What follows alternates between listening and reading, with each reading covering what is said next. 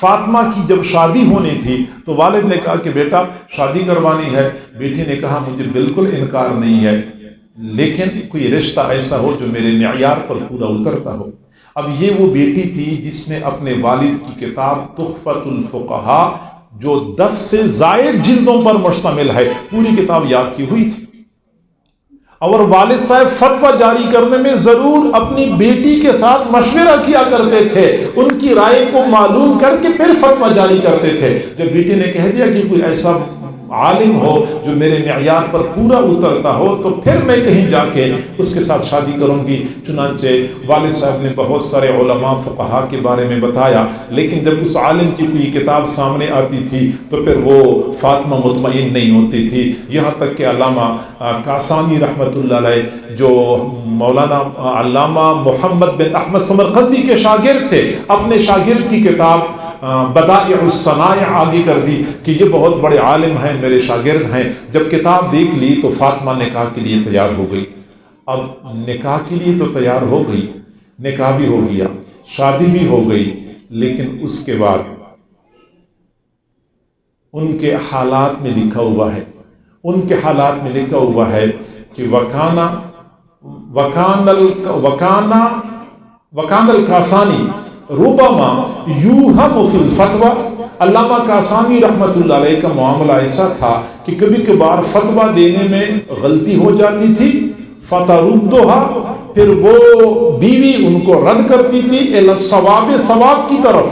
خاون کو بتاتی تھی کہ فتویٰ غلط دیا ہے، فیرجع الی قولہا، پھر خاون اپنی بیوی کے قول کی طرف رجوع کرتا تھا اور بیوی کے فتویٰ معتبر سمجھا جاتا تھا. اور اس زمانے میں فاطمہ کا خاون بھی فقیہ تھا، فاطمہ کا والد بھی فقیہ تھا، فاطمہ خود بڑی فقیہہ تھی، اور فتویٰ فاطمہ کے گھر سے جاری ہوتا تھا. فتویٰ فاطمہ کے گھر سے جاری ہوتا تھا.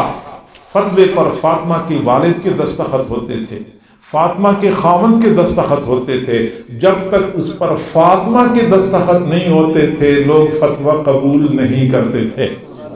علامہ شامی رحمۃ اللہ علیہ نے اپنی فتاوی میں لکھا ہے کہ وکانت الفتویٰ تخرج من بیتہا وعلیہ خطہا وخط ابیہا وخط زوجہا. فتویٰ فاطمہ کے گھر سے جاری ہوتا تھا. سلف صالحین میں ہماری بیٹیوں نے اپنے اپنے گھروں کو دارالافتاء بنایا ہوا تھا. چنانچہ لوگ آتے تھے پردے کی پیچھے سے استفتاء پکڑایا کرتے تھے، یہ استفتاء لے کے اندر جواب لکھ کے ان کو واپس لوٹایا کرتی تھی. فتویٰ فاطمہ کے گھر سے جاری ہوتا تھا. وعلیہ خطہا وخط ابیہا وخط زوجہا، اور فتویٰ پر فاطمہ کے دستخط ہوتے تھے، فاطمہ کے والد کے دستخط ہوا کرتے تھے، اور فاطمہ کے خاوند کے دستخط ہوتے تھے. تو لہٰذا یہ بہت بڑا اعزاز ہے مسلمان خواتین کے لیے کہ انہوں نے بڑے علمی کارنامے سر انجام دیے ہیں.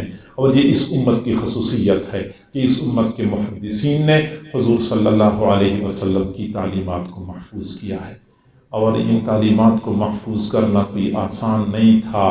آج تو چلو ٹھیک ہے ذخیرے تیار ہو گئے، اس زمانے میں ایک ایک حدیث کی خاطر جو انہوں نے مشقتیں اٹھائی ہیں، تکالیف اٹھائی ہیں، انسان حیران رہ جاتا ہے. چنانچہ میں 2 باتیں عرض کرتا ہوں، اپنے موضوع کو سمیٹتا ہوں. خلیفہ ابو جعفر منصور عباسی خاندان کا مشہور خلیفہ گزرا ہے. یہ شروع میں بڑے اعلیٰ پائے کے محدث تھے، پھر جب ان کو حکومت ملی تو حدیث پڑھنا پڑھانا رہ گیا، وہ مشغلہ چھوٹ گیا. تو کسی نے کہا، ایک مرتبہ کسی وزیر نے کہا کہ آپ ماشاءاللہ اتنی بڑی حکومت کے حکمران ہیں، اور خزانے ہیں، اور غلام ہیں، اور باندیاں ہیں، آپ کے دل میں تو کوئی حسرت نہیں ہوگی، کوئی چاہت نہیں ہوگی. تو ابو جعفر منصور نے کہا کہ بس میرے دل میں ایک چاہت ہے کہ جب مجھے خلافت نہیں ملی، یہ حکومت نہیں ملی تھی، تو اس وقت میں اپنے شاگردوں کو سبق پڑھایا کرتا تھا. میں مسند پہ بیٹھا ہوتا تھا، میرے سامنے شاگردوں کا بڑا ہجوم ہوتا تھا، دائیں طرف شاگرد، بائیں طرف شاگرد. چنانچہ مجمع میں سے ایک شاگرد کھڑا ہو جاتا تھا اور کہتا تھا حدثنا یا شیخ حدیث فلان، اے شیخ ہمیں فلاں حدیث سنا دو، جو ہی وہ کہتا تھا میں فوراً شروع ہو جاتا تھا، حدثنی فلاں قال حدثنی فلاں، متصل سند کے ساتھ میں حدیث پڑھتا۔ میرے شاگرد قلم کاغذ لے کے فوراً لکھنا شروع کر دیتے، وہ لکھ لیتے، پھر اگلا شاگرد کھڑا ہو جاتا، پھر پوچھتا حدثنا یا شیخ حدیث فلاں، اے شیخ ہمیں فلاں حدیث سنا دو، میں پھر متصل سند کے ساتھ حدیث بیان کر لیتا۔ میرے شاگرد حدیث لکھ لیتے۔ وہ جو روح پرور منظر ہوا کرتا تھا، وہ مجلس ہوتی تھی، آج میں اسی مجلس کے لیے ترستا ہوں۔ کاش وہ مجلس ایک مرتبہ پھر لوٹ کے آ جائے، وہ رونقیں ایک مرتبہ پھر بحال ہو جائے۔ جی ہاں، حدیث پڑھنے پڑھانے والوں کو جو لطف ملتا ہے، جو سرور ملتا ہے، بڑے بڑے بادشاہ بھی اسی لطف اور سرور کی حسرت کرتے ہیں۔ وزیر اور مشیر لوگ بڑے خوشامدی ہوتے ہیں۔ اگلے دن جب بادشاہ دربار میں آیا تو دیکھا وزیروں نے اپنے بغل میں کاغذ پکڑے ہوئے تھے، قلم اور داوات ہاتھ میں تھے۔ بادشاہ تخت پہ بیٹھ گیا، وہ سارے سامنے بیٹھ گئے۔ سامنے بیٹھ کے فوراً ایک بندہ کھڑا ہو گیا، کہنے لگا حدثنا یا شیخ حدیث فلاں، اے شیخ ہمیں فلاں حدیث سنا دو۔ ابو جعفر منصور بہت سمجھدار تھا، بہت سمجھدار تھا، کہنے لگا لستم بہم، لستم بہم، تم وہ نہیں ہو، تم وہ نہیں ہو، حدیث پڑھنے والی تم نہیں ہو، انما هم المشققۃ ارجلهم، حدیث پڑھنے والے وہ ہوتے ہیں چل چل کے ان کے پاؤں پھٹ چکے ہوتے ہیں۔ الطویلۃ شعورهم، مسلسل سفر کر کر کے ان کے بال لمبے ہو چکے ہوتے ہیں۔ الدنسۃ ثیابهم، ان کے کپڑے میلے ہو چکے ہوتے ہیں۔ المغبرۃ وجوہهم، چہرے غبار آلود ہوتے ہیں۔ سفر کر کر کے ان کا یہ حال ہوتا ہے۔ تارۃ بالیمن و تارۃ بالشام، تارۃ بالعراق و تارۃ بالحجاز، کبھی یمن میں ہوتے ہیں، کبھی شام میں ہوتے ہیں، کبھی عراق میں ہوتے ہیں، کبھی حجاز میں ہوتے ہیں۔ رباب الآفاق، قطاع المسافات، اولئک هم نقلۃ الحدیث، اطراف کو چھاننے والے، سفر طے کرنے والے، اصل میں یہی لوگ حدیث پڑھنے والے ہوتے ہیں۔ جی ہاں، مشقتوں کے ساتھ یہ حدیثیں ہم تک پہنچی ہیں۔ پتہ نہیں امام بخاری رحمۃ اللہ علیہ نے ایک ایک حدیث کی خاطر کس قدر مشقتیں اٹھائی ہوں گی۔ 8000 احادیث کا بڑا مجموعہ، مستند احادیث کا مجموعہ ہمارے سامنے پیش کر دیا ہے۔ جی ہاں، دل سے دعائیں نکلتی ہیں ان محدثین کے لیے جنہوں نے ایک ایک حدیث کی خاطر ایسی مشقتیں اٹھائیں۔ چنانچہ محدثین کی دنیا میں ایک اور محدث کا تذکرہ ملتا ہے، علامہ بقی الدین بن مخلد یا بن مخلد اندلسی رحمت اللہ علیہ۔ یہ اندلس کے رہنے والے تھے۔ اندلس افریقہ سے بھی آگے کا ملک ہے۔ انہوں نے اندلس سے سفر کیا تھا بغداد کا۔ امام احمد بن حنبل رحمت اللہ علیہ کے پاس پڑھنے کے لیے آئے تھے۔ انہوں نے پھر اپنا سفر نامہ لکھا ہے کہ میں نے سفر کس طرح کیا تھا، مجھے کیا صعوبتیں اٹھانی پڑی تھیں۔ چنانچہ وہ فرماتے ہیں میں اندلس میں تھا، بڑا تذکرہ سنا تھا امام احمد بن حنبل کا، خیال آیا کہ میں امام احمد بن حنبل رحمت اللہ علیہ کے پاس پڑھنے کے لیے چلا جاؤں۔ چنانچہ میں نے اونٹ خریدا، اونٹ پہ سامان باندھ لیا، 1 مہینہ مسلسل اونٹ پہ سفر کرتا رہا۔ سفر کرتے کرتے میں ساحل سمندر پہ پہنچ گیا، اونٹ بیچا، سامان ایک کشتی میں رکھا، کشتی جانے کے لیے تیار تھی۔ چنانچہ کشتی میں سفر شروع کیا۔ وہ فرماتے ہیں کشتی والا راستہ بھول گیا۔ چنانچہ 1 مہینہ، 2 مہینے، 3 مہینے مسلسل ہم سمندر کے لہروں پہ ہچکولے کھاتے رہے، کبھی ادھر کو جاتے تھے، کبھی ادھر کو جاتے تھے۔ اکثر ساتھیوں کی طبیعت خراب ہو گئی، ضعیف اور کمزور ہو گئے۔ آخرکار 3 مہینے مسلسل مشقتیں اٹھانے کے بعد کشتی اگلے کنارے پہ جا لگی۔ کشتی سے اتر گئے، سامان کشتی سمندر کے کنارے پہ رکھا۔ قریب کی بستی سے میں نے ایک اور اونٹ خرید لیا، پھر میں نے اونٹ پہ سامان لاد لیا۔ اور پھر میں اونٹ پہ بیٹھ کے بغداد کی طرف چل پڑا۔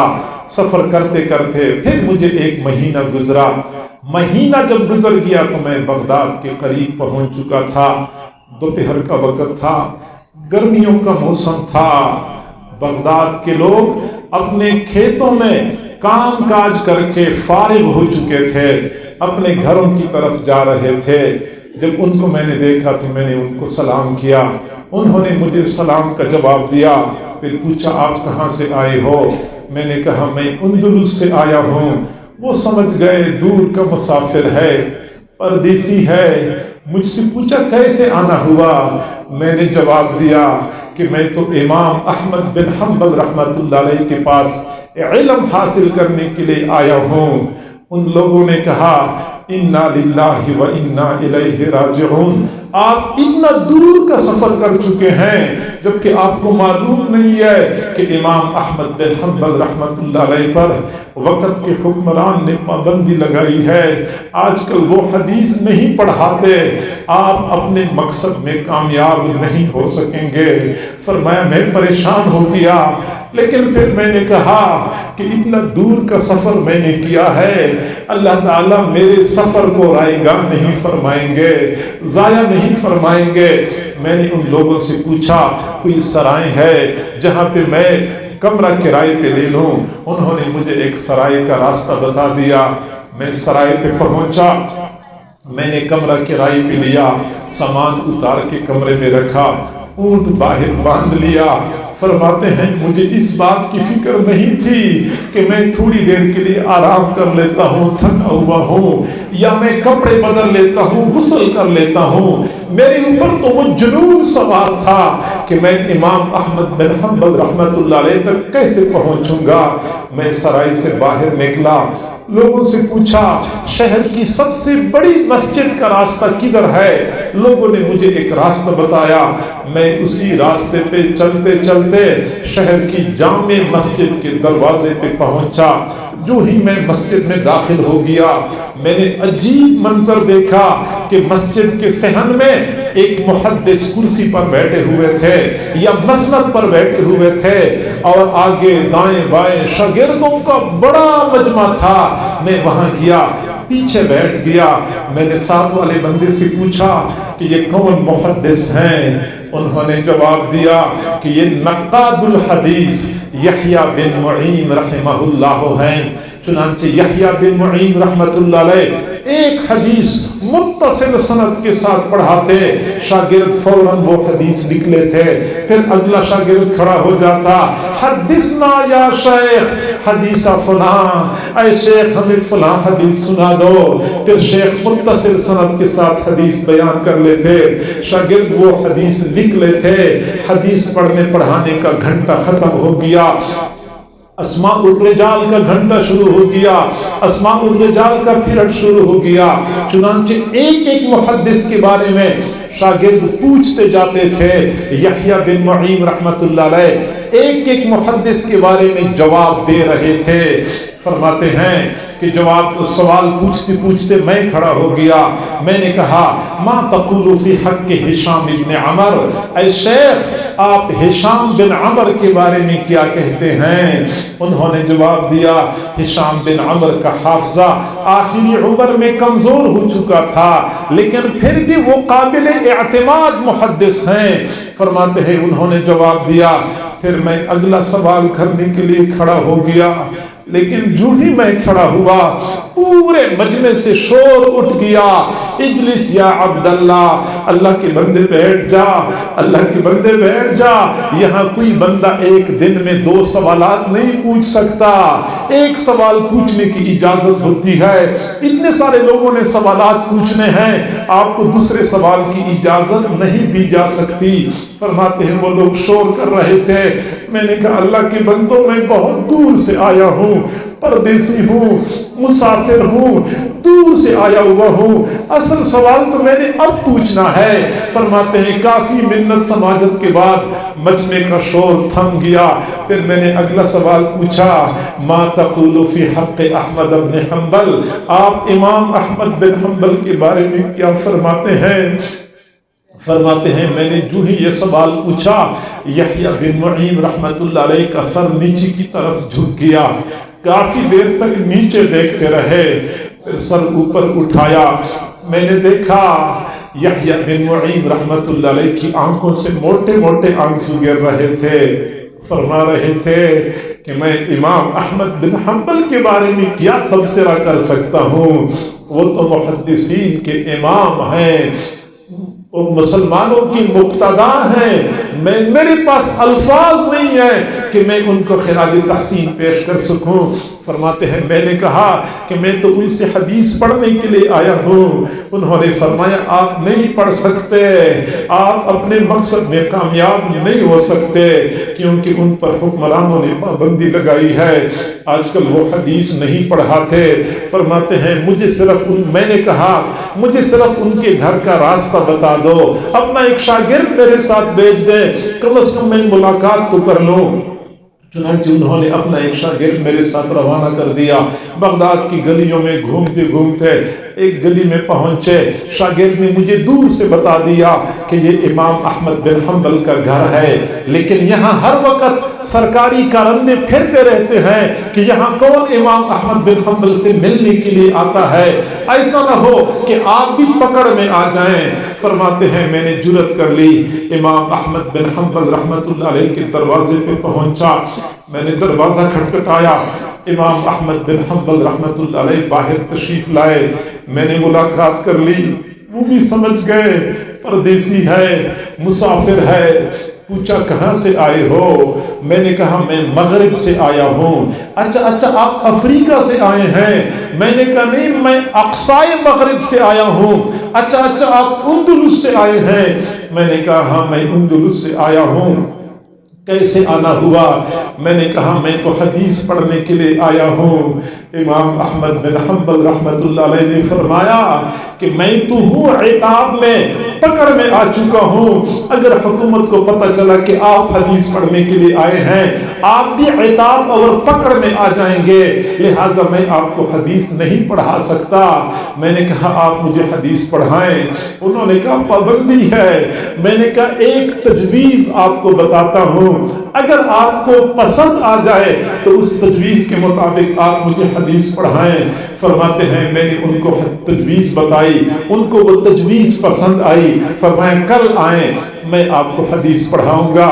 چنانچہ میں واپس چلا گیا، سرائے میں رات گزار لی، میں بے چین تھا کہ کب صبح ہوگی کہ میں امام احمد بن حنبل کے پاس حدیث پڑھنے کے لیے پہنچ جاؤں۔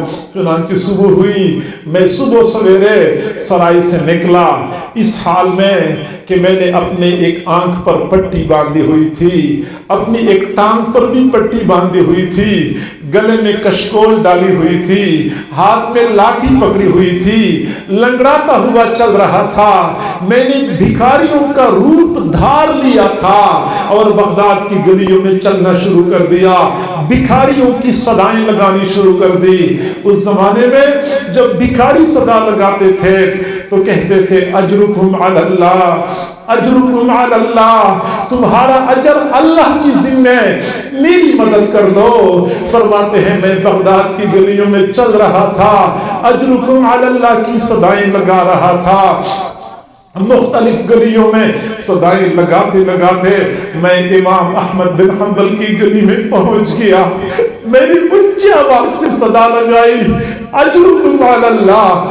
جو ہی میں نے آواز لگائی امام احمد بن حنبل رحمت اللہ علیہ باہر تشریف لائے، دروازہ کھولا، ایسے ہاتھ پکڑے ہوئے تھے جیسے مجھے کچھ دے رہے ہوں۔ میں نے کشکول آگے کر دی جیسے میں کچھ لے رہا ہوں، لینا دینا کچھ بھی نہیں تھا۔ وہیں پہ کھڑے کھڑے امام احمد بن حنبل نے مجھے ایک حدیث سنا دی، مجھے اتنی خوشی ہوئی جیسا کہ ساری دنیا کی دولت مجھے مل گئی۔ واپس آ گیا، سرائے میں پورا دن گزارا، رات گزاری۔ اگلے دن پھر میں نے بھکاریوں کی شکل اختیار کر کے لنگڑاتا ہوا چلتے ہوئے لاٹھی ہاتھ میں لیے ہوئے بغداد کی گلیوں میں اجرکم علی اللہ کی صدائیں لگاتے لگاتے امام احمد بن حنبل کی گلی میں پہنچا. میں نے اونچی آواز سے صدا لگائی.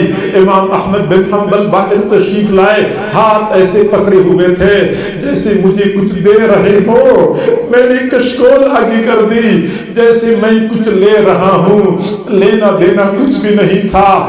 کھڑے کھڑے انہوں نے مجھے ایک حدیث سنا دی, میری مراد پوری ہو گئی. فرماتے ہیں کہ میں نے بغداد کی گلیوں میں بھکاریوں کی صدائیں لگاتے لگاتے پورا سال اسی طرح گزار دیا.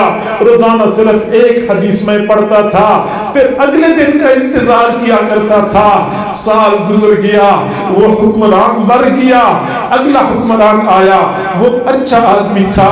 اس نے امام احمد بن حنبل سے پابندی ہٹائی, چنانچہ پابندی ہٹ گئی. امام احمد بن حنبل نے حدیث کا درس دینا شروع کر دیا. رونق بحال ہو گئی, طلباء کا رجوع بڑھ گیا. بڑا مجمع لگا ہوتا تھا, بیٹھنے کی جگہ نہیں ہوتی تھی. کئی مرتبہ امام احمد بن حنبل کے درس میں آتے ہوئے مجھے دیر ہو چکی ہوتی تھی, جگہ نہیں ہوتی تھی. امام احمد بن حنبل رحمت اللہ علیہ اپنے شاگردوں کو فرمایا کرتے تھے, بھائی راستہ دے دو, راستہ دے دو, جگہ خالی کر دو. اصل طالب علم تو ابھی آ چکا ہے. پھر مجھے اپنے سامنے بیٹھا کے مجھے حدیث پڑھایا کرتے تھے. جی ہاں, ایک ایک حدیث کی خاطر بھکاریوں کی صدائیں لگاتے ہوئے انہوں نے احادیث جمع کی تھی. وہ محدثین ہمارے محسن ہیں. ہمیں چاہیے خاص طور پہ علماء, طلباء, عالمات اور فاضلات کا فرض فریضہ بنتا ہے کہ جب بھی ہم مقبول ساعات میں دعائیں مانگتے ہیں تو ان محدثین کے لیے بھی دعائیں مانگا کریں, کیونکہ ان حضرات کی محنتوں کی بدولت ہمارے لیے آسانیاں پیدا ہو چکی ہیں. اللہ تعالی ہم سب کو سمجھنے اور عمل کرنے کی توفیق عطا فرمائے. وآخر دعوانا ان الحمد للہ رب العالمین.